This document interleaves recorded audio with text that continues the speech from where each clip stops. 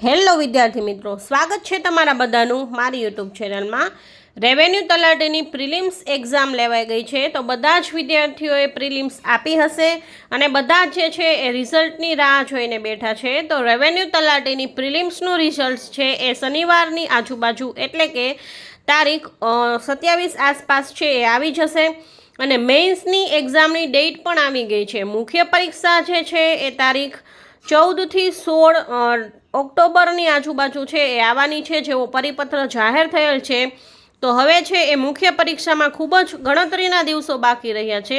તો જે કોઈ પણ વિદ્યાર્થીને એવું લાગે કે મારું પ્રિલિમ્સમાં નામ આવી જશે અથવા તો 2-3 દિવસમાં પ્રિલિમ્સનું રિઝલ્ટ આવે અને તમારું નામ આવે તો મુખ્ય પરીક્ષાની તૈયારી અવશ્ય શરૂ કરી દેવી।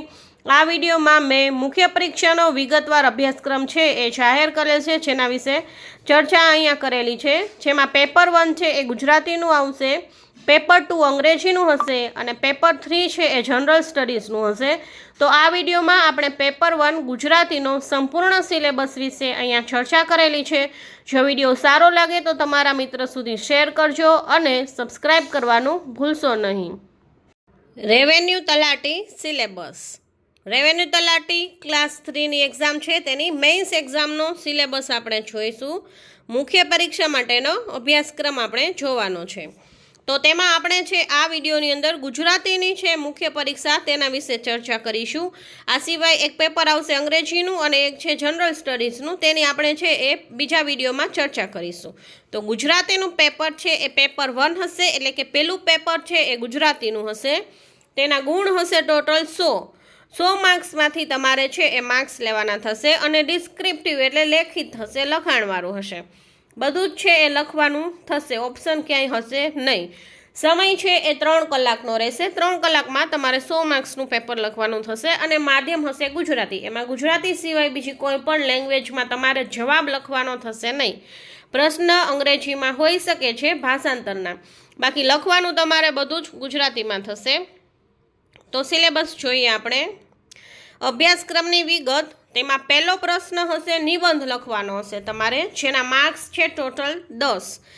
એમાં નિબંધ છે એ 3 આપેલા હશે, 3માંથી તમને જે નિબંધ સારો લાગે, જેમાં તમે સૌથી સરળ રીતે અને સાચું છે એ લખી શકો તે તમારે નિબંધ ચૂઝ કરવાનો રહેશે। 200 શબ્દમાં નિબંધ લખવાનો થશે। તમને જે કોઈ પણ વસ્તુ વધારે આવડતી હોય, મીન્સ કે વર્ણનાત્મકમાં તમે સારા હોય, વિશ્લેષણ ખૂબ સારું કરી શકતા હોય તો એના વિશે ચિંતનાત્મક એટલે ચિંતન કરી વિચારી અને સારું લખી શકતા હોય તો એ ચૂઝ કરવાનો રહેશે। અને સાંપ્રત સમસ્યા પર આધારિત એટલે કરંટ અફેર્સને લગતો એક ટોપિક હશે, તેના વિશે તમે લખી શકો તો તમારે એ ચૂઝ કરવાનું રહેશે। 3 પૈકી ગમે તે એક જ લખવાનો રહેશે નિબંધ, અને ત્રણેય જે છે એ અલગ અલગ હશે। એક છે એ વર્ણનાત્મક પ્રકારનો હશે, ફક્ત વર્ણન કરવાનું, એક છે એ વિશ્લેષણ કરવાનું થતું હશે, જે ટોપિક હશે એનું, એકમાં ખૂબ જ વિચારવાનું થતું હશે અને લખવાનું થતું હશે। અને જો કરંટ અફેર્સ તમને જો સારું આવડતું હોય, તમે પરીક્ષાની તૈયારી કરતા હોય અને કરંટ અફેર્સ તો બધામાં હોય જ છે, તો એક કરંટ ટોપિક હશે તેના વિશે તમારે નિબંધ લખવાનો હશે। તો એ જો તમને સારું આવડતું હોય તો તમારે એ જ ચૂઝ કરવાનો, જેથી કરી અને તમે સારી રીતે નિબંધ લખી શકો। એટલે કરંટ ઉપર તો એક તો નિબંધ હશે જ, બાકી આ 4માંથી કોઈ પણ એક જે છે એના વિશે નિબંધ હશે અને એ 3માંથી તમારે ગમે તે એક લખવાનો થશે, જેના 10 માર્ક્સ છે। પછી હશે વિચાર વિસ્તાર, એ બીજો પ્રશ્ન હશે, એના પણ 10 માર્ક્સ રહેશે। તેમાં પણ 3 આપેલા હશે, તમારે સારો લાગે એ ગમે તે એક લખવાનો થશે અને એ 100 શબ્દમાં એટલે નિબંધથી અડધો થશે, પણ માર્ક્સ કેટલા રહેશે? 10 અને 10 જ રહેશે। એટલે નિબંધ છે લખવું વધારે પડશે પણ 10 માર્ક્સ, પણ વિચાર વિસ્તાર છે એ ટૂંકમાં સમજાવવાનો રહેશે, પણ સારાંશ છે એનો નીકળતો હોવો જોઈએ। એટલે કાં કાવ્ય પંક્તિ આપેલી હશે કે ગદ્ય એટલે કે ફકરો આપેલો હશે, એનો તમારે વિચાર વિસ્તાર કરવાનો થશે। કાવ્ય પંક્તિ હશે તો કાવ્ય પંક્તિ છે એ પૂરેપૂરી તમારે સમજાવવાની રહેશે, અને ગદ્ય સૂક્તિ હશે એટલે કે જો પેરેગ્રાફ આપેલો હશે તો એને તમારે સરસ રીતે સમજાવવાનો રહેશે, એના પણ માર્ક્સ છે 10। પછી છે સંક્ષેપીકરણ, તેના 10 માર્ક્સ છે, એટલે જે ગદ્યખંડ આપેલો હોય એમાંથી 1/3 ભાગ એટલે ત્રીજા ભાગમાં તમારે સંક્ષેપ કરવાનું છે। સંક્ષેપીકરણમાં લખવાની માત્ર ને માત્ર 5 થી 6 લાઈન હશે, પણ માર્ક્સ એના સૌથી વધારે 10 આરામથી માર્ક્સ મળશે, પણ વિચારવાનું સૌથી વધારે થશે સંક્ષેપીકરણમાં। કેમ કે ખૂબ મોટો પેરેગ્રાફ હશે, તમારે વિચારવું પડશે, આખા પેરેગ્રાફનો હાર્ડ આવી જતો હોય એ રીતે તમારે સંક્ષેપ કરવાનું રહેશે. ખૂબ જ નાના જે છે ઓછા શબ્દમાં તમારે લખવાનું રહેશે, કેમ કે જે હશે આખું સંક્ષેપીકરણ જેનું કરવાનું હશે એનો પેરેગ્રાફનો 3જો ભાગ થઈ જવો જોઈએ, એનાથી વધારે લખવાનું નથી. જો લખેલું છે એટલું ને એટલું લખાણ તમે કોપી મારશો તો માર્ક્સ મળશે નહીં. લખેલું છે એના કરતાં ફેરવીને તમારે લખવાનું, સંક્ષેપમાં લખવાનું, અને જે પેરેગ્રાફ છે એનો હાર્ટ એમાં જે છે એ આવી જવો જોઈએ. અને એને જો તમને ટાઇટલ આપતા આવડે તો શીર્ષક પણ તમારે આપવાનું છે, એવું શીર્ષક આપવાનું જેથી પેરેગ્રાફ આખો સમજાઈ જાય એ રીતે. તો તેના પણ 10 માર્ક્સ છે. પછી ચોથો પ્રશ્ન હશે ગદ્ય સમીક્ષા, તેના 5 માર્ક્સ છે. એટલે આપેલ ગદ્યખંડને આધારે પૂછેલ પ્રશ્નના જવાબ લખવાના હશે. તમને એક પેરેગ્રાફ આપેલો હશે અને પેરેગ્રાફ પરથી 5 પ્રશ્ન પૂછેલા હશે. 5માંથી એક પ્રશ્ન હું તમને કહી દઉં છું. એક પ્રશ્ન એવો હશે કે આપેલ ગદ્યખંડનું શીર્ષક આપો, તો તમને જે છે એ શીર્ષક આપતા આવડવું જોઈએ. આખા પેરેગ્રાફનો હાર્ડ જે છે એમાં આવી જવો જોઈએ. આખા એક સંક્ષેપીકરણમાં એનું હાર્દ જે છે એ એમાં લખવાનું થશે શીર્ષકની અંદર, અને ગદ્ય સમીક્ષામાં પણ એનો સારાંશ જે છે એ શેમાં આવી જવો જોઈએ, શીર્ષકની અંદર આવી જવો જોઈએ. એમાં પણ એક પ્રશ્ન એવો હશે કે એને શીર્ષક આપો. ત્યારબાદ 5મો પ્રશ્ન છે પ્રચાર માધ્યમ માટે નિવેદનો તૈયાર કરવા, તેના 10 માર્ક્સ છે. 200 શબ્દમાં લખવાનું છે. પ્રચાર માધ્યમ એટલે છે બધા ટીવી, ટેલિવિઝન છે અને બીજા બધા પ્રચાર માધ્યમ છે, ન્યૂઝપેપર છે, તેના માટે નિવેદન તૈયાર કરવાના છે, જેના માર્ક્સ રહેશે 10, પણ લખવાનું વધુ થશે 200 માર્ક્સ, 200 શબ્દમાં. પછી ત્યારબાદ 6થો પ્રશ્ન હશે પત્ર લેખનનો, તેના 5 માર્ક્સ છે. એમાં છે અભિનંદન, શુભેચ્છા, વિનંતી, ફરિયાદ એને લગતો જે છે એ પ્રશ્ન હશે. આમાં છે અહીંયા આપેલું નથી, પણ એક પત્ર અથવામાં બીજો કદાચ તમને એ રીતે આપેલું હશે. 100 શબ્દમાં લખવાનો છે. કાં તો અભિનંદન કોઈને કંઈ છે એ સારી વસ્તુ, પ્રથમ નંબર, દ્વિતીય નંબર કોઈ વસ્તુમાં મળેલ છે તેને અભિનંદન આપતો હોય, કોઈના ઘરે સારું થયું તો શુભેચ્છા આપતો હોય, કે કોઈ પણ સમસ્યા હોય ગામમાં કે શહેરમાં તો તે વિનંતી કરતો, અથવા તો કોઈ તમારી સામે સારી રીતે વર્તન ન કરતું હોય, ખરાબ રીતે કચરો તમારા ઘર સામે નાખી જતો, એ રીતે એનો ફરિયાદ કરતો પત્ર એ રીતે જે છે એ પૂછાઈ શકે છે, જેના 5 માર્ક્સ છે. ત્યારબાદ છે પ્રશ્ન 7 છે ચર્ચાપત્ર, જેના 10 માર્ક્સ છે. આશરે 200 શબ્દમાં લખવાનું થશે. ચર્ચાપત્રનો નમૂનો એવો હશે તો તમને જે છે એ નેક્સ્ટ વિડીયોની અંદર તેનો નમૂનો પણ આપી દઈશ. પત્રની જેમ જ હોય છે, પણ ચર્ચાપત્ર એટલે થોડું એનું જે છે એ ફોર્મેટ અલગ હોય છે. વર્તમાનપત્રમાં પ્રજાના પ્રશ્નને લગતો હશે, સાંપ્રત સમસ્યાઓ વિશે હશે, એટલે કરંટ અત્યારે કઈ કઈ સમસ્યાઓ ચાલી રહી છે.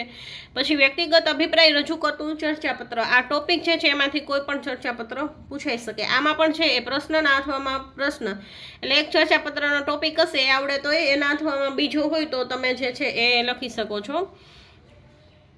પછી છે નિબંધમાં તો એ રીતે છે 3 હશે, 3માંથી તમને ગમે તે લખી શકો. અને આમાં 3 નહીં હોય, એક હશે એના અંતમાં બીજું હશે તો તમારે એમાંથી એ લખવું પડશે. પત્રમાં પણ મે બી એ જ રીતે હશે. અહેવાલ લેખન 200 શબ્દમાં છે, 10 માર્ક્સ છે, અને એ નિબંધ જેટલું જ 200 માર્ક્સનું થશે. આમાં કદાચ છે એ વિકલ્પ નહીં હોય. ભાષાંતર કરવાનું છે, તેના 10 માર્ક્સ છે. તેમાં અંગ્રેજીમાંથી ગુજરાતીમાં અનુવાદ, એટલે ટોટલ 10 વાક્ય હશે અંગ્રેજીના, તેનું તમારે ગુજરાતીમાં અનુવાદ કરવાનું, 10 વાક્ય અને 10 માર્ક્સ. એક વાક્યનો 1 માર્ક્સ હશે. તો તમને અંગ્રેજી પણ આવડવું જરૂરી છે. ભલે પેપર ગુજરાતીનું છે પણ તમને ગુજરાતી લેંગ્વેજ આવડે છે, મીન્સ કે કોઈ પણ લેંગ્વેજ હોય તો એનું ગુજરાતીમાં કન્વર્ટ કરતાં તમને આવડવું જોઈએ. આ જ રીતે જો અંગ્રેજીનું પેપર હશે તો એમાં એવું હશે કે ગુજરાતી વાક્ય આપેલું હશે, એનું તમારે અંગ્રેજીમાં છે એમ ટ્રાન્સલેટ કરવું પડશે. તો આ રીતે પેપરમાં છે ભાષાંતર પૂછાય છે.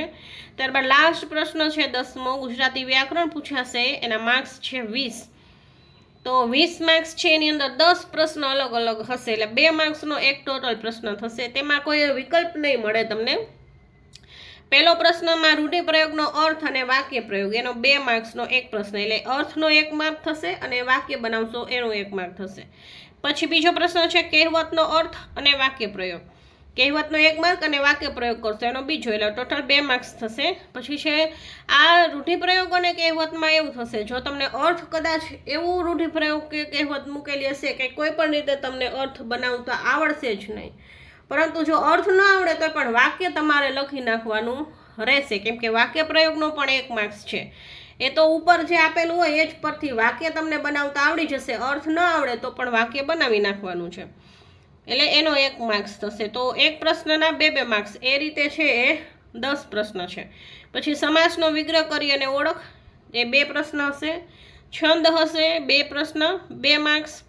અલંકાર છે, પછી છે શબ્દ સમૂહ, જોડણી શુદ્ધિ છે, પછી છે લેખન શુદ્ધિ કે ભાષા શુદ્ધિ. તેમાં છે એ વાક્ય આખું આપી દે, પછી આમાં શું ભૂલ છે એ બતાવવાનું હશે, અથવા તો આખું વાક્ય સુધારીને લખવાનું. એ લેખનને લગતો અથવા ભાષા શુદ્ધિ છે એ થોડી ઘણી બોલવામાં તમને અલગ લાગતી હોય, લખવામાં અલગ હોય, તો એ રીતે ભાષા શુદ્ધિનો પ્રશ્ન છે.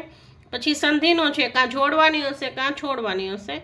પછી છે વાક્ય રચનાના અંગો, વાક્યના પ્રકાર કે વાક્ય પરિવર્તન. આ 3માંથી કોઈ પણ વસ્તુ છે એ પૂછાઈ શકે.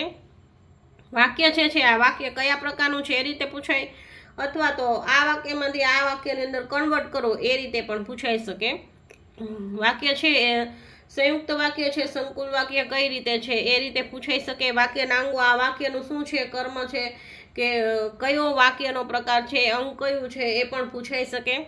અને વાક્ય પરિવર્તન, એક વાક્યમાંથી બીજા વાક્યમાં ફેરવવું, કરતરી કરવાણી, વાક્ય ભાવે, વાક્ય રચના, એ રીતે પણ પૂછાઈ શકે. તો આ જે છે એ ગુજરાતીનું પેપર છે, પેપર 1, તેનો સંપૂર્ણ સિલેબસ મેં તમને ડિટેલ્સની અંદર સમજાવી દીધો. આની જે છે એ PDF પણ વેબસાઇટ ઉપર ઉપલબ્ધ છે. તમને મેં અહીંયા સરળ રીતે PPTમાં સમજાવી દીધું, અને તમારે જો સિલેબસનો ફોટો લેવો હોય તો સ્ક્રીનશોટ તમે અહીંયા લઈ શકો છો. અને જો વિડીયો સારો લાગ્યો હોય તો તમારા મિત્ર સુધી અવશ્ય શેર કરજો. અને ચેનલ પર નવા હોય અને આવી જ ઇન્ફોર્મેશન મેળવવા માગતા હોય તો ચેનલને સબસ્ક્રાઈબ જરૂરથી કરજો. Thank you.